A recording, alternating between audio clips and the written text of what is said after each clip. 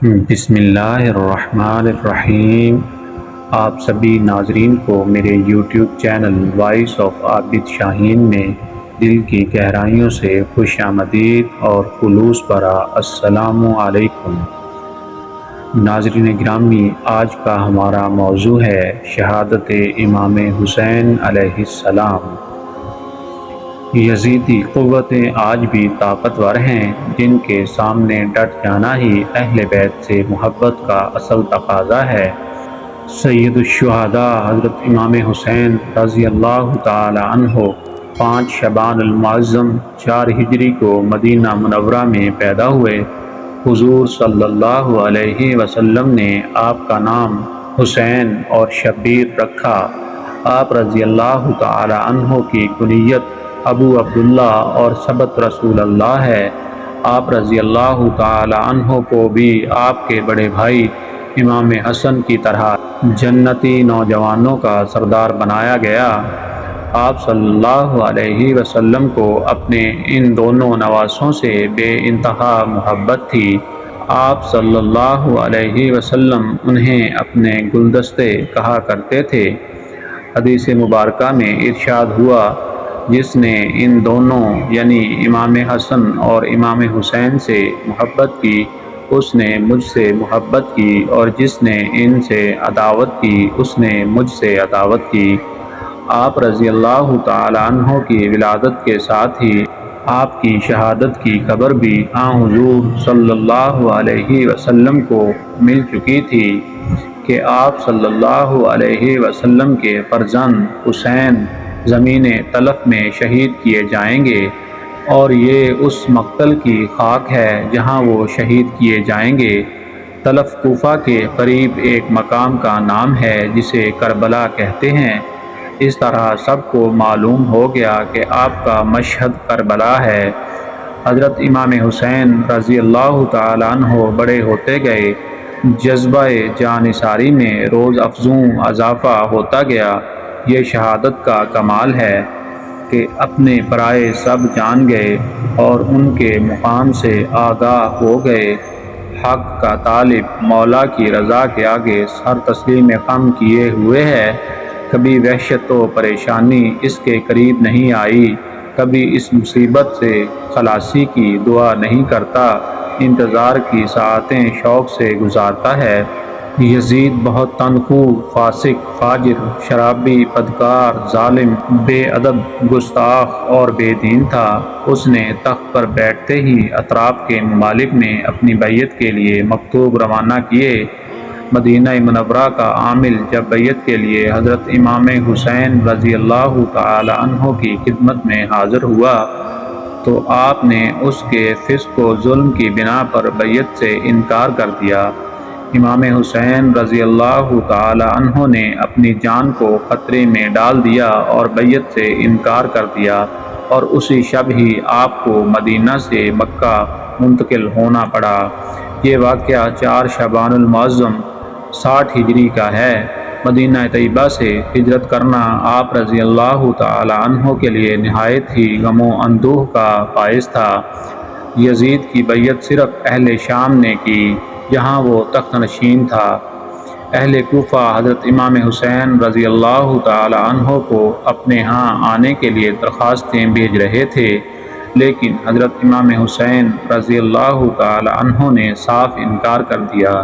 یزید کی تخت نشینی کے بعد اہل عراق کی تمام جماعتوں نے متفق ہو کر اپنی نیازمندی، عقیدت اور اخلاص کا اظہار کرتے ہوئے آپ رضی اللہ تعالی عنہ پر اپنے جان و مال قربان کرنے کی تمنا کی، اور تمام فرقوں کی طرف سے تقریباً 150 کے قریب درخواستیں آپ رضی اللہ تعالی عنہ کی خدمت اقدس میں پہنچیں۔ آپ رضی اللہ تعالی عنہ کب تک اغماض برتتے؟ آخر کار آپ رضی اللہ تعالی عنہ نے اپنے چچا زاد بھائی مسلم بن عقیل رضی اللہ تعالی عنہ کو کوفہ کے حالات جاننے کے لیے روانہ کیا، اور کوفیوں کو لکھا کہ آپ لوگوں کی درخواست پر مسلم بن عقیل کو بھیج رہا ہوں، اور ان کی نصرت و حمایت تم پر فرض ہے۔ اس سفر میں مسلم بن عقیل کے 2 نوعمر فرزند محمد اور ابراہیم بھی ان کے ہمراہ تھے۔ کوفہ پہنچ کر حضرت مسلم بن عقیل نے مختار بن عبید کے گھر قیام کیا۔ کوفیوں نے نہایت جوش و خروش اور محبت کا اظہار کیا اور تقریباً 12,000 لوگوں نے آپ کے دستے مبارک پر حضرت امام حسین رضی اللہ تعالی عنہ کی بیعت کر لی۔ یہ جوش و جذبہ اور محبت دیکھ کر حضرت مسلم بن عقیل رضی اللہ تعالی عنہ نے حضرت امام حسین کو یہاں کے حالات کی اطلاع دی کہ آپ رضی اللہ تعالی عنہ جلد تشریف لائیں تاکہ حق کی تائید ہو۔ ان دنوں حکومت شام کی جانب سے نعمان بن بشیر کوفہ کے گورنر تھے۔ اس معاملے میں انہوں نے کسی قسم کی دست اندازی نہ کی۔ یزید ہضرمی اور عمارہ بن ولید بن عقبہ نے یزید کو اطلاع دی کہ حضرت مسلم بن عقیل رضی اللہ تعالی عنہ تشریف لائے ہیں اور اہل کوفہ کے 1000 آدمی ان کے ہاتھ پر بیعت کر چکے ہیں، اور نعمان بن بشیر نے ابھی تک ان کے خلاف کوئی کارروائی نہیں کی۔ یزید نے یہ اطلاع پاتے ہی نعمان بن بشیر کو معزول کر دیا اور عبداللہ بن زیاد کو کوفہ روانہ کر دیا۔ عبداللہ بن زیاد بہت ہی مکار آدمی تھا۔ وہ اپنی فوج کے ساتھ بصرہ سے روانہ ہوا۔ اس نے قادسیہ میں اپنی فوج کو چھوڑا اور خود حجازیوں کا لباس پہن کر مغرب اور عشاء کے درمیان اس راستے سے کوفہ میں داخل ہوا جس راستے سے حجازی قافلے کوفہ میں داخل ہوتے تھے۔ اس مکاری سے اس کا مقصد یہ تھا کہ اس وقت اہل کوفہ بہت جوش میں ہیں اور کوفہ میں اس طریقے سے داخل ہونا چاہیے کہ وہ پہچان نہ سکیں، اور یہی کچھ ہوا۔ جب وہ کوفہ میں داخل ہوا تو لوگوں نے یہی سمجھا کہ حضرت امام حسین رضی اللہ تعالی عنہ کوفہ میں تشریف لے آئے ہیں۔ شب کی تاریکی میں وہ نعرہ مستانہ بلند کرتے مرحبا کہتے ہوئے اس کے گرد جمع ہو گئے۔ یہ مردود چلتا تو رہا لیکن مصلحت سے خاموشی اختیار کیے رہا کہ اس کا فریب نہ کھل جائے۔ جب وہ دارالامارہ یعنی گورنمنٹ ہاؤس میں داخل ہوا تو اس وقت لوگوں پر یہ حقیقت کھلی۔ رات گزرنے کے بعد ابن زیاد نے صبح تمام اہل کوفہ کو جمع کیا اور یزید کی مخالفت سے انہیں ڈرایا، دھمکایا اور اس طرح مسلم بن عقیل کی جماعت کو منتشر کر دیا۔ حضرت مسلم بن عقیل نے بانی بن فضہ کے مکان میں اقامت فرمائی۔ ابن زیاد نے محمد بن اشعث کو ایک دستہ فوج دے کر اس کو قید کروا لیا اور کوفہ کے عمائدین کو بھی قلعہ میں بند کر دیا۔ حضرت مسلم بن عقیل نے یہ خبر سنی تو انہوں نے ندا دی۔ 40,000 کے قریب لوگ آپ رضی اللہ تعالی عنہ کے گرد جمع ہو گئے اور قصر شاہی کا احاطہ کر لیا۔ اگر حضرت اسی وقت حکم دیتے تو اس وقت قلعہ فتح ہو جاتا، کیونکہ کوفیوں کی بدعہدی اور ابن زیاد کی فریب کاری اور یزید کی عداوت ثابت ہو چکی تھی۔ پھر بھی آپ نے لشکر کو حملہ کا حکم نہ دیا کہ مسلمانوں کی خون ریزی نہ ہو سکے اور گفتگو سے صلح کی کوئی صورت نکل آئے۔ دشمن نے اس بات کا فائدہ اٹھایا اور قلعہ میں قید رؤساء کو اس بات پر مجبور کیا کہ وہ اپنے رشتہ داروں کو مسلم بن عقیل کی حمایت سے باز رکھیں، اور ایسا ہی ہوا۔ حضرت مسلم بن عقیل رضی اللہ تعالی عنہ کا لشکر منتشر ہو گیا اور مغرب کی نماز کے بعد کوئی بھی ان کے ساتھ باقی نہ رہا۔ اس مسافرت میں وہ تنہا رہ گئے۔ طوع نامی ایک عورت نے اس لیے آپ رضی اللہ تعالی عنہ کو اپنے گھر میں فروکش کیا، لیکن اس کے بیٹے نے کوتوال شہر محمد ابن اشعث کو خبر کر دی۔ وہ مکاری سے ان کو مصالحت کے بہانے عبید اللہ ابن زیاد کے پاس لے کر روانہ ہوا۔ تیغ زن دروازے کے دونوں پہلو میں چھپے ہوئے تھے۔ جوں ہی وہ دروازے میں داخل ہوئے، تلواروں کے وار سے بنی ہاشم کے مظلوم مسافر کو شہید کر دیا گیا اور ساتھ ہی ان کے دونوں صاحبزادوں کو بھی تیغ ستم سے شہید کر دیا گیا۔ اسی روز مکہ سے حضرت امام حسین رضی اللہ تعالی عنہ کوفہ کی طرف روانہ ہوئے۔ صحابہ اکرام اس سفر کو ملتوی کرنے کے لیے اصرار کرتے رہے، مگر کوفیوں کی درخواست کو رد کرنا اور ان کی دل شکنی کرنا آپ رضی اللہ تعالیٰ عنہ کو گوارا نہ ہوا، اور حضرت امام علی مقام امام حسین رضی اللہ تعالیٰ عنہ نے 3 ذی الحجہ 60 ہجری کو اپنے اہل بیت، موالی و خدام کل 72 نفوس کے ہمراہ عراق کا سفر اختیار کیا۔ آپ رضی اللہ تعالی عنہ نالیہ میں تھے کہ آپ رضی اللہ تعالی عنہ کو کوفیوں کی بدعہدی اور حضرت مسلم بن عقیل کی شہادت کی خبر ملی، تو اس وقت بنو عقیل نے جوش میں آ کر کہا، خدا کی قسم ہم سرزمین کوفہ کو اس وقت تک نہ چھوڑیں گے جب تک اپنے بھائی مسلم کے خون کا بدلہ نہ لے لیں۔ یہ سن کر حضرت امام حسین رضی اللہ تعالیٰ عنہ نے واپسی کا ارادہ ترک کر کے سفر جاری رکھا۔ جب کوفہ 2 منزل رہ گیا تو یہاں حر بن زید ریاحی 1000 مسلح افواج کے ساتھ آپ رضی اللہ تعالیٰ عنہ کو گرفتار کرنے کے لیے بھیجا گیا۔ ظہر کے وقت آپ نے اذان کا حکم دیا۔ نماز کے بعد آپ دستہ حر کے سامنے تشریف لے گئے اور فرمایا، اے لوگو، میں تم لوگوں سے معذرت کرتا ہوں، لیکن میں خود یہاں نہیں آیا، بلکہ میرے پاس تمہارے خطوط اور قاصد پہنچے کہ ہمارا کوئی امام نہیں ہے، آپ آئیں، ممکن ہے کہ آپ کے ذریعے اللہ ہمیں راہ ہدایت پر لگا دے۔ اگر تم لوگ اپنے عہد اور بیعت پر قائم ہو تو میں تمہارے شہر میں داخل ہوں، ورنہ یہیں سے واپس چلا جاؤں۔ حر کے دل میں خاندان نبوت اور اہل بیت کی عظمت ضرور تھی، مگر وہ ابن زیاد کے حکم کے ہاتھوں مجبور تھا، جس کی وجہ سے وہ اپنی بات پر اڑا رہا، یہاں تک کہ حضرت امام حسین رضی اللہ تعالی عنہ کو کوفہ کی راہ سے ہٹا کر کربلا میں نزول فرمانا پڑا۔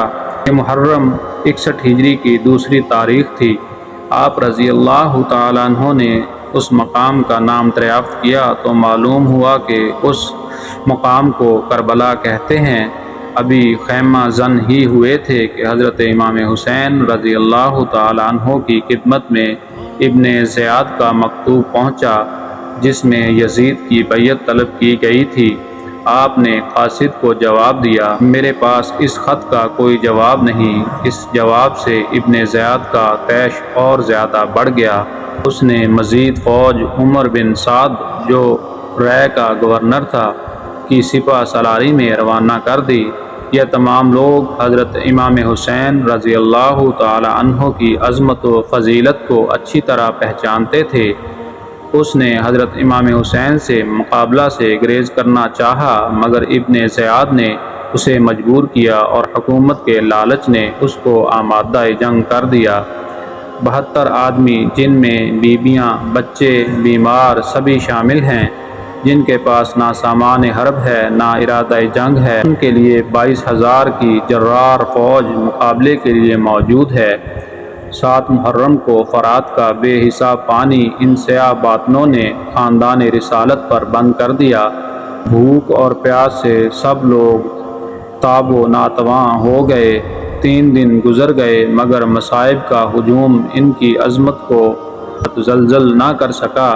10 محرم تک یہی حجت رہی کہ امام حسین رضی اللہ تعالی عنہ بیعت کر لیں گے، مگر آپ رضی اللہ تعالی عنہ نے مسلمانوں کی تباہی و بربادی کو گوارا نہ کیا، اپنا گھر لٹانا اور خون بہانا منظور کر لیا، مگر اسلام کی عظمت میں فرق آئے یہ آپ کو برداشت نہ تھا۔ اب امام حسین رضی اللہ تعالی عنہ کو یقین ہو گیا کہ مصالحت کی کوئی صورت باقی نہیں رہی، نہ یہ لوگ شہر میں داخل ہونے دیتے ہیں، نہ واپس جانے دیتے ہیں، نہ ملک چھوڑنے دیتے ہیں، اس لیے اب جنگ کو روکنے کا کوئی طریقہ باقی نہیں رہا۔ اس وقت حضرت امام حسین رضی اللہ تعالی عنہ نے خیموں کے گرد ایک خندق کھودنے کا حکم دیا۔ خندق کھودی گئی اور اس کی صرف ایک راہ رکھی گئی جہاں سے نکل کر دشمن سے مقابلہ کیا جائے۔ خندق میں آگ لگا دی گئی تاکہ اہل خیمہ دشمنیوں کی ایذا سے محفوظ رہ سکیں۔ 10 محرم کا قیامت خیز دن طلوع ہوا، جمعہ کا دن تھا۔ حضرت امام عالی مقام حضرت امام حسین رضی اللہ تعالی عنہ نے اہل بیت اور تمام رفقا کے ساتھ فجر کی نماز ادا کی۔ نماز کے بعد اپنے خیمے میں تشریف لائے۔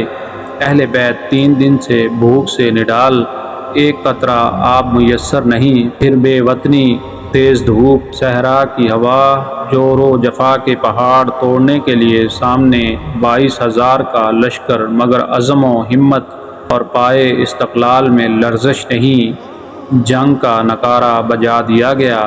امام حسین رضی اللہ تعالی عنہ نے اس وقت ایک خطبہ بھی ارشاد فرمایا تاکہ حجت تمام رہے۔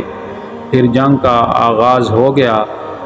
علی المرتضیٰ کے خاندان کے بہادروں نے کربلا کی تشنہ لب زمین کو دشمنوں کے خون سے لالازار کر دیا۔ اس طرح خاندان امام حسین کے نوجوان اپنی بہادری کے جوہر دکھا دکھا کر امام پر قربان ہوتے چلے گئے۔ تمام شہزادے شہید ہوتے چلے گئے۔ اب امام کے سامنے علی اکبر دشمنوں پر حملہ آور ہو گئے۔ شہزادہ اہل بیت کا حملہ نہیں، عذاب الہی تھا۔ ایک ہی وار میں کئی دیو پیک کر گرا دیے۔ پیاس کی شدت، دھوپ کی تمازت اور لشکر جرار نے یک بارگی چاروں طرف سے گھیر لیا۔ تیر کے زخموں نے تنے نازنین کو زخموں سے چور کر دیا۔ حضرت امام حسین میدان میں جا پہنچے اور ان کو خیمہ میں لے آئے، ان کا سر گود میں لیا اور فرمایا آسمان کے دروازے کھلے ہیں، بہشتی حوریں شربت کے جام لیے انتظار کر رہی ہیں، یہ کہا اور جان آفرین کے سپرد کر دی۔ اہل بیت کے قافلے میں سناٹا چھا گیا۔ امام حسین رضی اللہ تعالی عنہ معرکہ جنگ و جدل کے لیے تیار ہوئے۔ امامہ رسول خدا صلی اللہ علیہ وسلم سر پر باندھا، مصری قبا پہنی، در قرار کی تلوار حمائل کی اور گھوڑے پر سوار ہوئے۔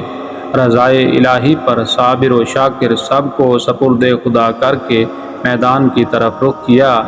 ایک بار پھر تمام حجت کیا، مگر بے سود۔ امام نے تیغ خون آشام نے سب کا کام تمام کر دیا۔ زمین کربلا کوفہ کے بہادروں اور صف شکنوں کے خون سے سیراب ہو گئی۔ نعشوں کے انبار لگ گئے، لشکر میں شور مچ گیا۔ ہزاروں نوجوان دوڑ پڑے اور حضرت امام حسین رضی اللہ تعالی عنہ کو گھیر کر تیر برسانا شروع کر دیے۔ گھوڑا زخمی ہو گیا، ہر طرف سے تیر آ رہے تھے۔ نورانی جسم لہو لہان ہے، ایک تیر پیشانی اقدس پر لگا جو حضور صلی اللہ علیہ وسلم کی بوسہ گاہ تھی۔ حضرت کو چکر آ گیا، نورانی پیکر خون میں نہا گیا اور آپ رضی اللہ تعالی عنہ شہید ہو کر زمین پر گر پڑے۔ خولہ ابن یزید نے بڑھ کر سر اقدس کو تن مبارک سے جدا کر دیا۔ روایت ہے جب امام حسین رضی اللہ تعالی عنہ شہید کیے گئے تو آسمان سے خون برسا اور اس روز بیت المقدس سے جو پتھر اٹھایا جاتا تھا اس کے نیچے تازہ خون پایا گیا۔ شہادت کے روز اندھیرا ہو گیا اور 3 روز مکمل اندھیرا رہا۔ امام حسین رضی اللہ تعالی عنہ نے حق پر ثابت قدم رہتے ہوئے کس طرح فسق و فجور کا مقابلہ کیا اور آنے والی نسلوں کے لیے عزم و ہمت کی بے نظیر مثال قائم کر دی۔ آپ پر آنے والے مصائب کو سن کر چند آنسو بہا لینے سے امام حسین رضی اللہ تعالی عنہ کی روح خوش نہیں ہوگی اور نہ ہی امام رضی اللہ تعالی عنہ کی بارگاہ اقدس میں سعادت و قبولیت حاصل ہوگی۔ اگر واقعی امام پاک سے سچی محبت ہے تو امام کی پیروی کرتے ہوئے حق و صداقت کے پرچم کو بلند کریں اور جس عظیم مقصد کے لیے امام حسین رضی اللہ تعالی عنہ نے اپنا گھر بار جان سب کچھ قربان کر دیا اس کو اپنا مقصد اولین بنا لیں۔ آج ہم اس مردہ یزید پر لعنتیں بھیجتے ہیں مگر زندہ یزیدوں کی پوجا کر رہے ہیں۔ آج بھی مارکہ کرب و بلا عراق، ایران، فلسطین اور افغانستان میں برپا ہے۔ امام حسین رضی اللہ تعالی عنہ کے کرب و بلا کے میدان میں خون سے نہائے ہوئے ذرات اکناف عالم میں بکھر چکے ہیں اور وہ مظلوم، مجبور اور مقہور قوموں کے دلوں میں ولولہ اور جذبہ فراہم کر رہے ہیں۔ اگر امام حسین رضی اللہ تعالی عنہ میدان کرب و بلا میں عظیم قربانی نہ دیتے تو آج ہر محلے، گلی، گاؤں اور شہر میں یزید مظلوموں کو جینے نہ دیتے۔ اللہ پاک سے دعا ہے کہ اللہ پاک نبی کریم صلی اللہ علیہ وسلم پر اور ان کی آل پاک پر کروڑوں برکتیں اور رحمتیں نازل فرمائے، اور اللہ پاک ہمیں نبی پاک صلی اللہ علیہ وسلم اور ان کی آل پاک کی تعلیمات پر عمل کرنے والا بنائے۔ آمین یا رب العالمین۔